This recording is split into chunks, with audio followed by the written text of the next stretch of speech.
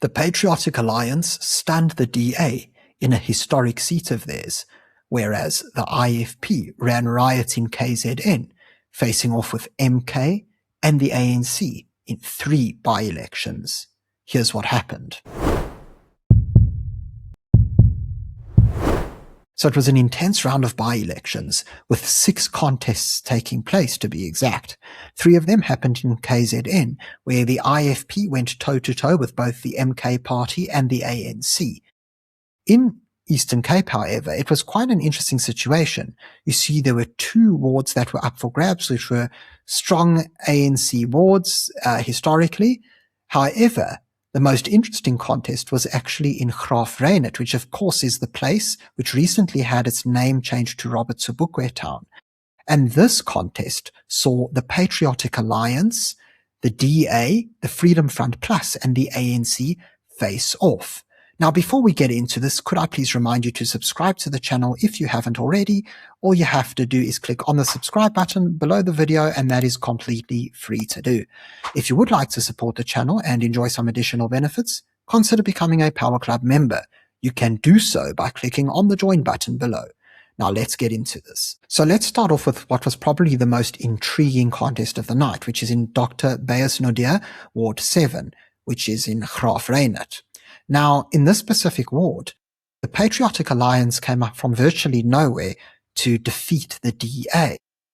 You will notice through the past election results that we have here that in 2021, the ANC actually were able to defeat the DA by less than 1% in order to actually take the ward. But this is a historically DA seat. And so the DA will be devastated that the PA came from basically nowhere in order to take it off of them. What's also very interesting is how this specific ward is again in the town where the infamous name change happened. Now, what a lot of people might not realize is that the Patriotic Alliance had a pretty intelligent strategy here. You see, many people are blaming the Patriotic Alliance for what happened because, of course, Gayton McKenzie is the minister in charge of the name changes. However, the PA seemed to have circumvented this issue because what they really focused on was selecting a candidate who's very much in touch with the community and really was able to mobilize the different voters. But we'll get to that in a little while. First of all, we need to look at where the votes actually went. So we see how the PA won exactly 1,000 votes on the dot. Pretty rare occurrence. And this saw them get 40% of the vote. Coming up in second was the DA with 848 votes or 34%. In third was the ANC, so they took quite a big dip. They only got 482 votes or 20%.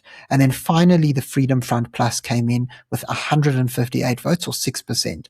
It was quite a peculiar performance from the Freedom Front Plus, and I also question why they decided to take part in this election, because when I look at their campaign compared to the other 3 parties, they were barely visible.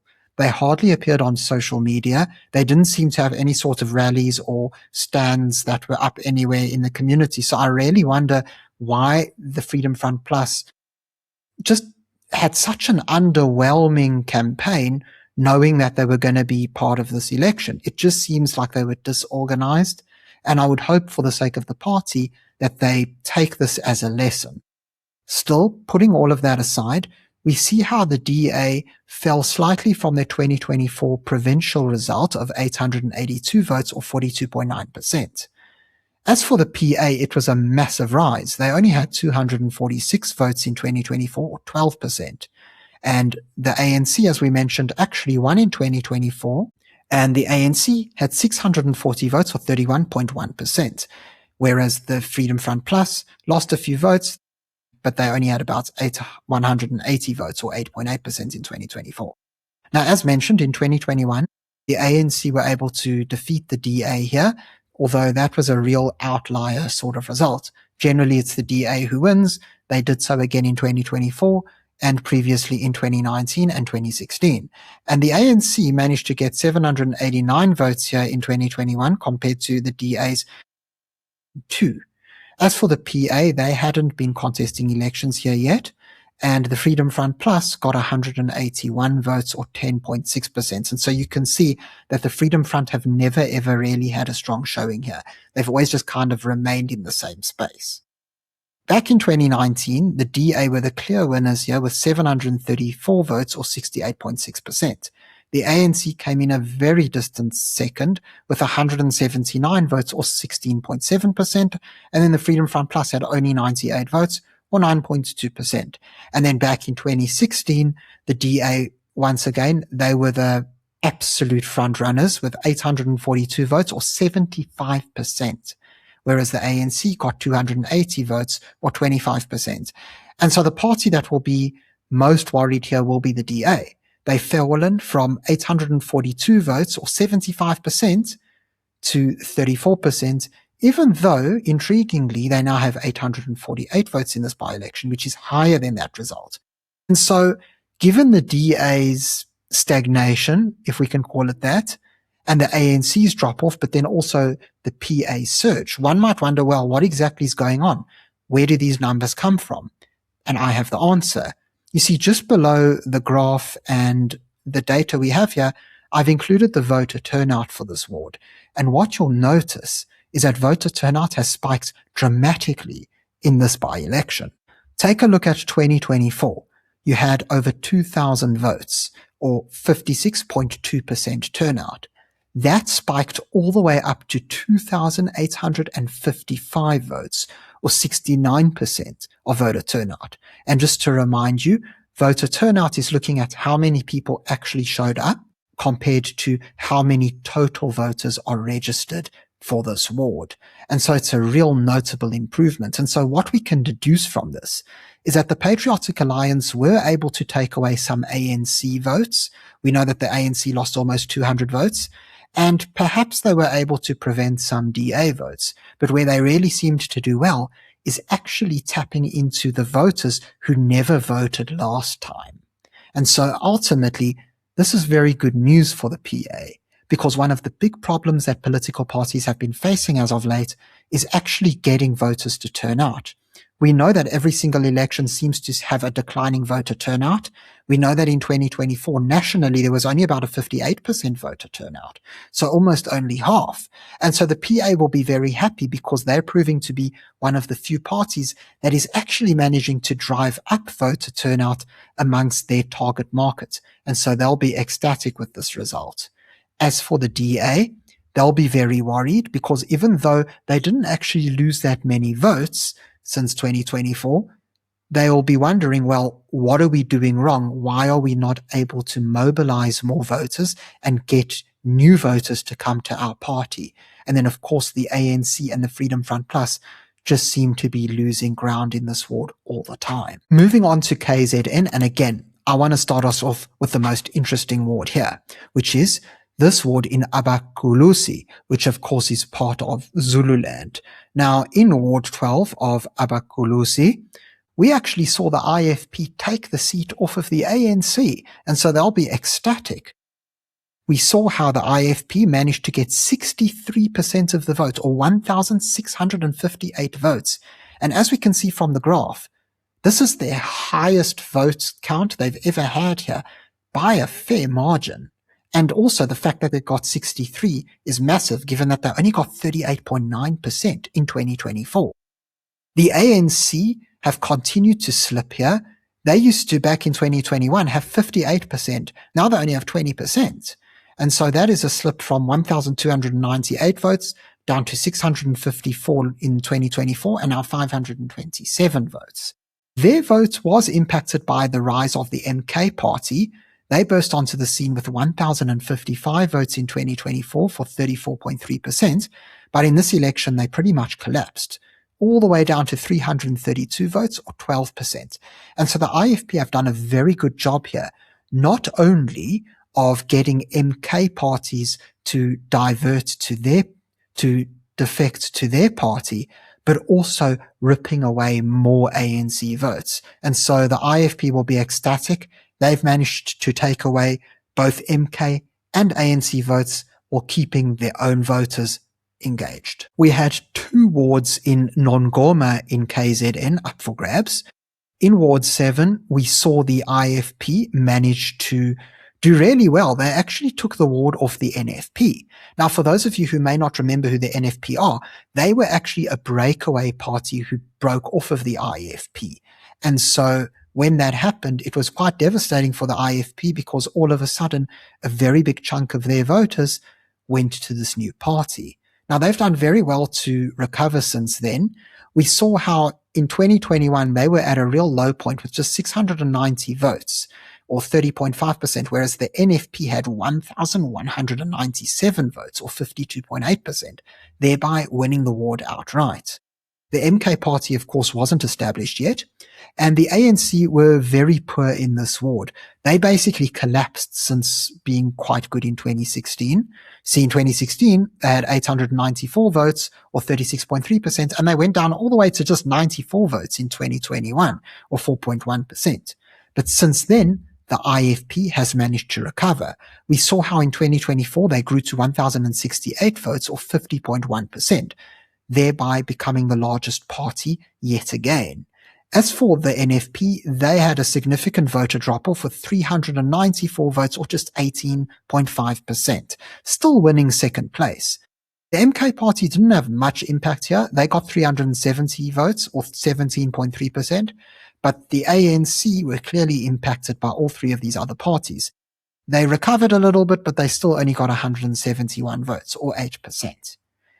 As for this election, the IFP, we can see, were able to take away more NFP votes. The MK party actually did fairly well. They grew in votes to 489, or 21%. But as we can see, the ANC did pretty dismally here. They only got 211 votes, or 9%. So it is a rise, but it's a very small rise, not really something to write home about. And then, of course, other parties, such as the EFF and the DA, did not contest. And so ultimately that gave the IFP a lot more room for growth, and they pretty much ran away with this election. So what's really interesting is that in the previous round of by-elections, the IFP took a seat off the NFP, and then this was the second seat that they were able to take off of them. And so not looking good for the NFP. In our final KZN by-election, also in Nongoma, and this time in Ward 20, the IFP yet again took away an NFP seat, making for their third consecutive seat in KZN they've been able to win off the NFP. Here, the IFP got 981 votes, or 47%. They were followed by the MK party with 673 votes, or 32%. So a decent showing by MK, but a slight drop from their 2024 performance, where they got 704 votes, or 31.4%. As you can see, MK's percentage went slightly up, but that was because quite a few parties that were involved in the 2024 election decided not to compete. So there were just fewer parties. As for the ANC, they've just continued to decline. You can see how every single election in this ward, they lose votes, and now they're down to just 160 votes, or 8%. And this is down from 824 votes, or 37.3% in 2016. So they seem to be absolutely fading into irrelevance here. As for the NFP, they had 691 votes, or 36.7% in 2021, and this has fallen all the way down to 173 votes, or 8%. And so ultimately, the IFP, again, will be quite happy. They're nowhere near where they were back in 2016 or 2019 in the specific ward, because back then they had 1,218 votes. But they have done well to recover from their 2021 results, which, might I remind everybody, was a year that they really struggled because it was the first local election where the NFP participated. So ultimately, a very, very positive night for the IFP. They won all three of their KZN by-elections, and so they will be ecstatic. Now, there were two other by-elections that took place, specifically in the Eastern Cape, but they're not really worth analyzing because these were ANC strongholds. We all know that the Eastern Cape is still one of the most solid ANC provinces at the moment, and they didn't really have much competition. I mean, the only parties that really seemed to take them on were the EFF, the SACP, and the IFP did perform. However, you didn't really expect them to perform well because ultimately they are not an Eastern Cape kind of a party. their constituency is mostly in KZN. So it's weird that they even decided to participate in the first place. But what was interesting is that the SACP, so the Communist Party, got 12% in one of those wards, which is their highest performance to date in a by-election. And so the ANC may be worried about them because it seems that the Communist Party are pretty much there just to take away ANC votes. And so it is interesting to see that, and it will be very intriguing to see how the SACP is able to affect the ANC's vote in the upcoming local elections. We also know that Africa Mayibuye movement might also be competing in a lot of places. And so it will be interesting to see how they also bite into that same vote as well as the vote of the EFF. But overall, a very good night for the IFP. They have just been running rampant in KZN by-elections this year, and it really seems that they are laying a very strong foundation for the upcoming municipal election. As for the PA, they have been impressive as well. They seem to be continuing this trend of taking wards off of both the ANC and the DA in the Cape provinces, so specifically the Eastern Cape and the Western Cape, but they also look very good in the Northern Cape and parts of Gauteng.